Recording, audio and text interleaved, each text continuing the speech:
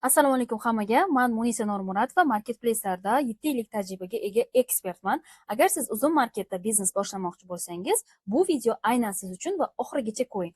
Hozirgi kunda ayrim o'zgarishlar sababli uzun marketda biznes boshlamoqchi bo'lsangiz, mana shu 7 ta bosqichni har birini plyus minuslarini bilishingiz kerak va har birida qancha xarajat qilishingiz mumkin. Bu biznesni boshlaguningizgacha oldingizda qanaqa xarajatlar, plyus minuslari hammasi detalli ko'rsatib beriladi. Undan oldin YouTube kanalimizga obuna bo'lishni unutmang va Telegram kanalimizni ham bemalol YouTube kanalimizdan silkasini topishingiz mumkin. Har kunlik yangiliklar va foydali bepul darslarni ham YouTube kanalimiz va Telegram kanallarimizda bo'lishib boramiz. Описаниеda silka qoldiramiz, bemalol obuna bo'lib qo'yishingiz mumkin. Undan tashqari biz Ozon, Wildberries, Yandex va Uzum marketda alohida kurslarni o'qitib, shogirdlar ham tayyorlab chiqaramiz. Agar kurslar bo'yicha ma'lumot kerak bo'lsa, pastdagi silka orqali Sabachka Munisa 1719 profiliga shaxsan o'zimga murojaat qilishingiz va ma'lumotlar olishingiz mumkin bo'ladi. Endi esa bugungi bepul informatsiyalarimiz uchun darslikni boshlaymiz. Bizni uzun marketda biznes boshlashimiz uchun birinchi qadam va eng asosiysi firma ochish bo'ladi. Hozir sizga buni plyus minuslari va xarajatlari bilan to'liq tushuntirib o'taman. Agar siz marketplace'larda biznes boshlamoqchi bo'lsangiz, birinchi etapda o'zingizda firma bo'lishi mumkin, yoki yangidan firma ochishingiz mumkin, yoki siz kimnidir firmasidan foydalanishingiz mumkin. Bizni holatimizda ayrim o'quvchilar o'rganish bosqichida bizni firma bilan ishlashadi va to'liq o'rganib ketganlaridan keyin alohida o'zlari firma ham ochishadi. Mana shu 3 ta bosqichni birini tanlab bemalol biznes boshlasangiz bo'ladi. O'zbekistonda 18 yoshdan oshgan har bir fuqaro yakka tartibdagi tadbirkorlikni bemalol ocha oladi va uning uchun qanaqa hujjatlarni biz tayyorlashimiz kerak batafsil tushuntiraman. Agar siz o'zini band qilish firmasini ochmoqchi bo'lsangiz, siz unda o'zingiz ishlab chiqargan tovarlarni sotuvni yo'lga qo'ya olasiz. O'zini band qilishni ochish juda ham oson, dokument ishlari juda ham tez hal bo'ladi va siz faqat o'zingiz ishlab chiqargan tovarlarni sota olasiz. To'qimachilik, tikuvchilik, kulolchilik bilan shug'ullanib, nima tovar yaratgan bo'lsangiz, siz o'zingiz tovarlaringizni sotuvni yo'lga qo'yasiz. U yerda oldi-sotdini yo'lga qo'yish mumkin emas. O'zini band qilishda ayrim cheklovlar bor, lekin ochish, tayyorlash juda ham oson va yopmoqchi bo'lsangiz ham osongina yopa olasiz. Undan keyin yakka tartibdagi tadbirkorlik o'zini band qilishga nisbatan imkoniyatlari juda ham keng va hozir birinchi bosqichda men sizga aynan yakka tartibdagi tadbirkorlikni tavsiya beraman. Hozirgi kunda biz uchun soliq stavkalari ancha tushirilgan va ayni mana shu paytlarda siz biznesingizni boshlab osongina rivojlantirib olishingiz mumkin. Chunki yangi boshlovchilar uchun soliq stavkalari tushirilganligi evaziga xarajatlar ham anchagina kamaygan. Yakka tartibdagi tadbirkorlikda 93 ta faoliyat turi bor. Siz aynan marketplace'lar uchun chakana savdo faoliyat turini tanlashingiz kerak bo'ladi. Ulgurji va chakana savdo faoliyatlari uzun marketda biznes boshlash uchun kerak bo'ladi. Agar sizda yakka tartibdagi tadbirkorlik yoki boshqa firma oldindan bo'lsa va faoliyat turi chakana savdoga to'g'ri kelsa, siz bemalol uni uzun marketda ham ishlatishingiz mumkin. Faoliyat turi agar to'g'ri kelmasa, siz bor firmangizni ham uzun market uchun ishlata olmaysiz. Yakka tartibdagi tadbirkorlikni o'z nomingizga ochishingiz yoki nogironligi bor pensioner insonlarning nomiga ochib, chegirma ham qilishingiz mumkin. Ya'ni hozirda yakka tartibdagi tadbirkorlik uchun agar siz pensioner insonlar yoki nogironligi bor insonlarning nomiga ochsangiz, soliq to'lovlarida sizga chegirmalar qilinadi. Agar o'zingizni nomingizda ochadigan bo'lsangiz, viloyatlarga qarab o'sha soliq stavkalari belgilangan summalarni to'lashingiz kerak bo'ladi.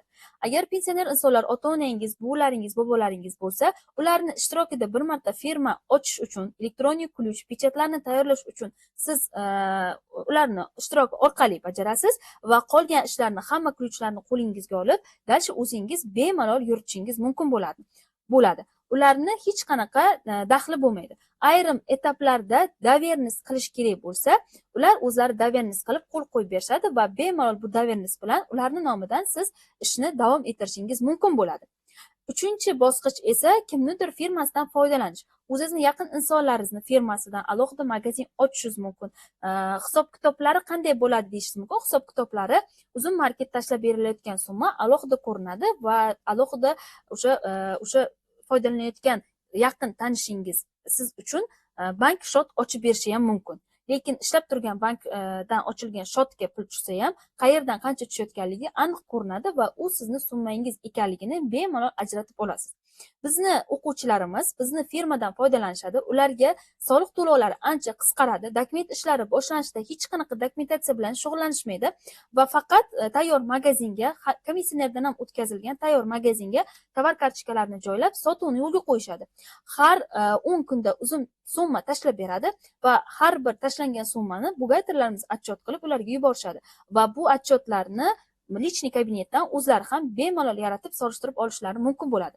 Uchinchi bosqich, yangidan boshlamoqchiman, xarajatlarimni kamaytirib, dokumentatsiyalardan uzoqroq bo'lib, o'rganish bosqichida sizdan foydalanmoqchiman deydiganlar uchun juda ham qo'l keladi. Ne только bu uzun marketda, hattoki Ozon marketplace'larda, Yandex platformalari uchun ham bizni ipidan foydalanish imkoniyatlari bor. Siz mana shu 3 ta bosqichdan o'zingizga qulayini tanlaysiz va firma masalasini hal qilasiz. Buning uchun sizdan qancha xarajat talab qilinadi? Agar siz o'z-o'zini band qilish ochmoqchi bo'lsangiz, sizda bir minimal ish haqi yokida 300 minggacha bo'lgan summani to'lashingiz mumkin. Onlayn yoki offlayn ochishingizga bog'liq. Yoki tartibdagi tadbirkorlik ochmoqchi bo'lsangiz, siz onlayn tarzda bir darcha o'zdan ochishingiz mumkin. Unda 390 ming atrofida summa to'lanadi. Yokida Paynet xolis ilovasi orqali ochishingiz mumkin, yokida o'zingizga yaqin istalgan yagona darchaga borasiz va chakana savdo turi uchun uzun marketda sotishim uchun firma ochmoqchiman deysiz va bir minimal ish haqqi to'lanadi. Bu yakka tartibdagi tadbirkorlik firmasini ochish uchun ketadigan xarajatlar hisoblanadi. Agar sizda MChJ bo'lsa va MChJ firmasi orqali siz biznes boshlamoqchi bo'lsangiz, bor MChJdan foydalanishingiz ham mumkin va keyinchalik sizni yakka tartibdagi tadbirkorligingiz kengaygan sari buxgalter bilan ishlashingiz kerak bo'lgan paytda siz bu firmani MChJga almashtirib olishingiz mumkin bo'ladi. Yakka tartibdagi tadbirkorlikning o'ziga ham ancha imkoniyatlar bor. 5 tagacha ishchi kuchini bemalol olishingiz mumkin va hozirgi kunda 2026-yil 1-yanvardan boshlab chiqarilgan yangi qaror bo'yicha YTT uchun hozir aylanmadan 1% soliq stavkasi olinadi. Albatta bu 1% dan tashqari bankdan har bir chiqargan summangiz uchun bank ham o'zini foiz stavkasini olib qoladi. Bu bank shot uchun ham alohida hozir to'xtalib o'taman. Demak, biz YTT uchun aylanmadan 1 milliardgacha bo'lgan summa uchun 1% soliq to'lovini to'laymiz va 1 milliarddan oshishini bilganimiz zahoti biz tayyorgarlik ko'rishimiz kerak, buxgalterlar bilan ishlash va qo'shimcha qiymat solig'i chiqishiga tayyorlanishimiz kerak. Qo'shimcha qiymat solig'i stavkasi bu 12% ni tashkil qiladi. Qachonki sizni oborotingiz 1 milliarddan oshsagina, 1 milliardgacha siz bemalol o'sha yillik oborotingiz 1 milliardgacha bo'lganda siz haqini to'laysiz. Ungacha esa bemalol 1% li aylanma bilan ishlashingiz mumkin.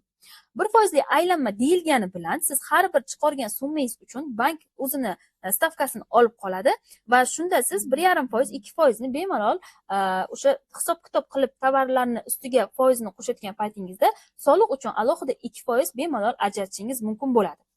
Demak, undan tashqari biz bu birinchi etapda biza va hozirgi kunda bemalol siz uzun marketda sotish uchun yakka tartibdagi tadbirkorlikni yuqorida sanab o'tganlarimdan birini tanlab ochishingiz mumkin. Xohlasangiz o'zingiz nomingizga, xohlasangiz yaqin insonlarning nomiga. Hozirda bir minimal ish haqqi 412 ming so'mni tashkil qilyapti. Ochish uchun mana shu 400 ming so'mgacha bo'lgan xarajat bo'ladi. Demak, sizga yakka tartibdagi tadbirkorlik ochish uchun nimalar kerak bo'ladi? Agar o'zingiz offlayn ochtirmoqchi bo'lsangiz, pasportingiz bilan borasiz va o'sha yerni o'zida hozirgi kunda yagona darchani o'zida elektronik ключni ham olishingiz mumkin va yonida hozir juda ham ko'pchilik pechat yasaydigan joylari ham bor. Bemalol pechatlarni ham aynan o'sha yerni o'zidan siz yasatib, to'g'irlatib kelsangiz bo'ladi. Ya'ni bitta joyning o'zidan siz hammasini hal qilishingiz mumkin bo'ladi. Demak, bu yerda YTTni onlayn ochishdagi 10% arzon bo'lishi haqida ma'lumot berilgan. Agar siz yagona darchaga borib ochsangiz 412 ming so'm to'laysiz hozirgi paytda. Agar siz bir darcha o'zdan yoki Paynet xolis ilovasidan ochadigan bo'lsangiz, sizga 0.9% o'sha chegirmasi bo'ladi. Bu 370 ming 800 so'mga aylanadi. Xarajatlaringizni kamaytirmoqchi bo'lsangiz, onlayn ham ochishingiz mumkin. Yokida bittada borib hammasini hal qilmoqchiman deydigan bo'lsangiz, offlayn borib hammasini hal qilishingiz mumkin bo'ladi. Undan tashqari bizning ikkinchi etapimiz elektronik ключ olish. Aslida elektronik ключni birinchi etapga qo'ysangiz ham bo'ladi. Elektronik ключni qayerdan qanday olishingiz mumkin? Soliq ilovasi orqali onlayn zakaz berishingiz mumkin yokida men aytgandek yagona darchaga borib elektronik ключ ochtirishingiz mumkin. Sizga fleshkaga yoki telefoningizga tashlab berishadi, parollari bilan tashlab berishadi. Bu 35 ming atrofida summasi tashkil qilinadi. 35 ming so'm, 30 ming so'm atrofida elektronik ключ uchun to'laysiz va siz uchun elektronik ключ ochib beriladi. Elektronik ключ bilan siz istalgan joyga har bir ishingizni onlayn tarzda ham bemalol hal qilishingiz mumkin bo'ladi. Firmasi yo'q insonlar uchun ham elektronik ключ juda ham foydali. Onlayn arizalarni bemalol MyGov soliq ilovalariga kirib ham firmangiz bo'lmasa-da elektron ключingiz orqali siz hamma narsani onlayn arizalarni yuborishni ham o'z ichiga olishingiz mumkin. Demak, elektronik ключdan keyin pechat yasatishimiz kerak bo'ladi. Pechat bu zaruriyat emas, majburiyat emas. Kim xohlaydi, kimdir pechatsiz ishlaydi. Pechatni plyus tomoni, agar siz firma ochtirganingizdan keyin o'zingizni firmangiz nomiga pechat yasattirib olsangiz, siz qayerga bo'lsa-da bitta pechat va imzoyingiz bilan bemalol hujjatlarni tayyorlay olasiz. Agar sizda pechat bo'lmasa, siz har doim o'zingiz bilan men pechatsiz ishlayman deb to'ldirilgan blanka bilan yurishingiz kerak bo'ladi. Ya'ni hujjatlarni topshirgan paytingizda sizdan pechat so'rashganda, siz o'sha blankani ham topshirishingiz kerak bo'ladi. Agar siz pechat yasattirib olsangiz, sizni bitta urilgan pechatingiz orqali hamma dokumentlaringiz bemalol osongina topshiriladi. Pechat uchun 100 ming so'mdan 150 ming so'mgacha xarajat qilishingiz kerak bo'ladi. Hozirgi kunda yagona darchalar yoniga yoki da istalgan bir joyga o'sha kopi sentrlarga borib pechat yasab berishlarini iltimos qilsangiz 1-2-3 kunida sizga tayyorlab berishadi. Yasattirib olishingizni maslahat beraman. 4-etapda esa biznesimizni rivojlantirish uchun biz hisob raqam ochishimiz kerak bo'ladi. Hisob raqam bu oddiy debitoviy karta emas. Bu sizni firmangizdan kelib tushadigan summalarni qabul qiluvchi hisob hisoblanadi. Buni istalgan bankdan ochishingiz mumkin, lekin sizga eng foizlar arzonga tushadigan uzum bilan hamkorlikda ishlaydigani bu Kapital bank hisoblanadi. Kapital bankni istalgan firmasi filialiga borib murojaat qilishingiz mumkin bo'ladi. Agar sizga filiallarni o'zi ochib bersa, bemalol ishingiz o'sha yerdan bitadi. Filiallar emas, katta o'sha ofislariga ochtirish kerak bo'ladigan bo'lsa, ofisiga murojaat qilasiz. Sizga hisob raqam aynan yatiti uchun deb aytasiz va yatiti uchun sizga hisob raqam ochib berishadi. Va o'zingiz uchun Kapital bankdan kartangiz bo'lmasa, albatta debitoviy karta ham ochtirib oling. U maksimum 30 ming so'm atrofida bo'ladi. Hisob raqam ochish bepul. Agar debitoviy karta ochtirmoqchi bo'lsangiz, balki bepulga ochtirishingiz mumkin, balki da 30 ming so'm atrofida ochtirishingiz mumkin bo'ladi. Demak, bizni Uzum marketda tayyorlaydigan hujjatlarimiz aynan shular. Biz bu hujjatlarni hammasini tayyorlaganimizdan keyin bemalol Uzum marketdan ro'yxatdan o'tsak bo'ladi. Agar siz yangidan boshlayapsiz, lekin hech qanday dokumentatsiya bilan ishlamoqchi emassiz, o'rganish bosqichida ishlamoqchisiz, demak, unda siz Uzum marketdan ro'yxatdan o'tasiz va telefon nomer Gmailingizni, misol uchun, meni misolimda aytaman. Deylik, siz meni o'quvchimsiz va siz hozir firma ochmoqchi emassiz. Vaqtinchaga o'rganish bosqichida ozgina обороtingizni ko'tarish uchun, xarajatlardan qochish uchun bizni firma bilan ishlamoqchisiz. Unda siz Uzum marketdan ro'yxatdan o'tasiz va ro'yxatdan o'tganingizdan keyin telefon nomer va Gmailingizni bizga yuborasiz. Biz sizga magazindan dostуп beramiz. Tayyor komissionerdan o'tkazilgan, mana shu yuqorida aytgan hujjatlarim hammasi ko'rsatilgan, kiritilgan magazin beriladi. Siz birinchi ishni yuqorida aytgan ishlarim bilan emas, shunchaki tovar kartochkasini yaratib, tovar tanlab, sotuvni yo'lga qo'yish bilan boshlaysiz. Bu yangi boshlovchilar, agar qisman men xarajatlarimni kamaytirishim kerak deydiganlar uchun, dokumentatsiyaga paka hali tushunmayman, tushunib olgunimcha deydiganlar uchun juda ham qo'l keladi. Agar siz hammasini boshida o'zingiz tayyorlab borgan bo'lsangiz, demak, siz endi qo'lingizdagi hujjatlaringiz bilan Uzum marketdan ro'yxatdan o'tasiz. Uzum marketdan ro'yxatdan o'tib, bu yerdagi hamma lishniy so'raladigan ma'lumotlarga o'sha yatitini har bir ma'lumotlarni kiritishingiz kerak bo'ladi. Bunda deylik, siz yaqinlaringizni nomiga yatitni ochtirgansiz, lekin shaxsiy ma'lumotlarga o'zingizning ma'lumotlaringizni kiritishga haqqingiz yo'q. Shaxsiy ma'lumotlarda yatitini egasini ma'lumotlari va yatiti guvohnomasi, yatiti egasini pasportlari, yatiti egasi nomiga ochilgan shot hisob kitob raqamlari hammasi yatitini egasini nomidagilar kiritiladi va saqlanib qilinadi. Undan keyin Uzum 4 ish kunida komissionerdan o'tkazishga yordam beradi. Komissionerdan o'tkazish uchun esa sizga elektronik ключ kerak bo'ladi va elektronik ключ bilan siz kompyuter orqali komissionerdan o'tkazasiz. Undan keyin Uzum sizga 4 ish kunida tekshirib, aktivlashtirib beradi. Aktivlashtirguncha siz vaqt yo'qotmaslik uchun bemalol Uzum marketda o'zingiz yaratgan magazinga tovar kartochkalarini joylasangiz bo'ladi. Faqat yuborish uchun yuk xati yarata olmaysiz. Aktivlashguncha tovar kartochkalaringiz tayyor bo'ladi va aktivlashgandan keyin bemalol yuk xatini yaratsangiz bo'ladi. tovarlarni qayerdan topishimiz mumkin, ularni qayerdan arzonroq olishimiz mumkin va qancha summa ajratishimiz mumkin tovarlarga degan savollar bo'lsa, bu haqida sizga keyingi videoda to'liq ma'lumot beraman. Undan tashqari, bu biznesda uzun komissiyasi qancha, logistikasi qancha hisob-kitoblarini to'liq keyingi videoda sizlar bilan bo'lishib boraman.